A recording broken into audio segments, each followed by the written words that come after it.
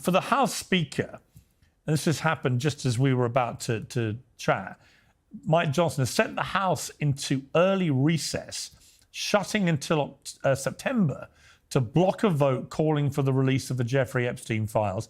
He says it's because Democrats are playing political games. All other votes cancelled in order to prevent the vote on Epstein.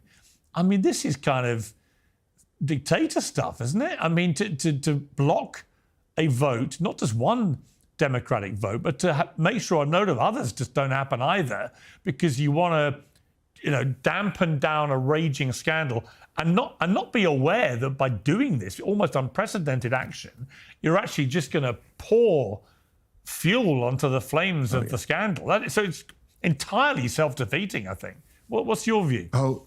I completely agree. I mean, I've been shocked by the administration's handling of this. Not so much shocked by the fact that they're not giving us all the evidence or that they want to try to bury this, but simply just the way they've gone about doing this, and that they didn't it seems like they didn't even sit down and have a little powwow and go, okay, so what's our angle here? I mean, Donald Trump himself, who really, if nothing else, is the master at selling, selling in general, selling himself, selling his political program, deflecting criticism off him. But, when he started it off by saying, you're asking me this when there's a storm in Texas, and, it was like, it was out of a cartoon or something. And the fact is, right, I think this is the thing. Okay, like two things nobody can get away from here. Number one, the real problem they have is that anybody who even spent 5 seconds looking at the Jeffrey Epstein story knows that it stinks to high holy heaven. Like, there is something going on here. You just cannot explain all of these coincidences between his rise to prominence, his rise to wealth, his connections to all these people, getting a sweetheart deal, the cameras going out,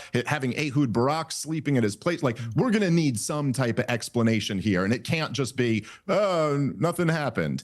And then number two, even if you could sell everybody on nothing really happened here, there was no blackmail, there was no intelligence connection, it's just Jeffrey Epstein.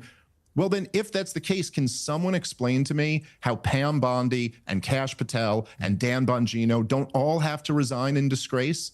Because you stoked the flames of this thing for years. I mean, not only Kash and Dan enriched themselves by stoking the flames of this and promising to get to the bottom of it. Pam Bondi put on that ridiculous stunt where she brought all these right-wing influencers in and said it was volume 1, implying there was much more to come, and then had just tricked all of them and given them stuff that was already in the public record. So even if it's true that there's no there, which I am not buying at all, you're all still implicated for hyping up this thing that I guess you were doing on completely false pretenses.